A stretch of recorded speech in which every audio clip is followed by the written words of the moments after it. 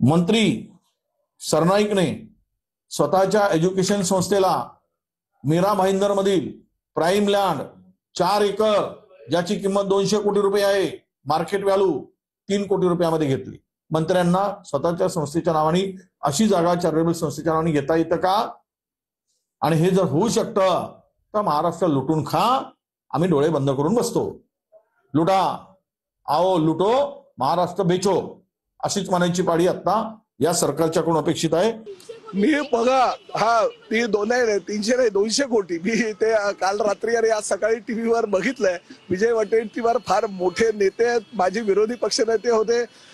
त्यांनी मला असं वाटतं काही आरोप वगैरे करत असताना, कारण शेवटी मी राज्याचा जबाबदार मंत्री आहे, शिवसेनेचा नेता आहे, काही आरोप करत असताना त्यांनी काही कागदोपत्री पुरावा दाखवणं किंवा मीडियाला देणं गरजेचं आहे। फक्त आरोप तर काय हो, मंत्री म्हटल्यानंतर ते आरोप होतच राहतात।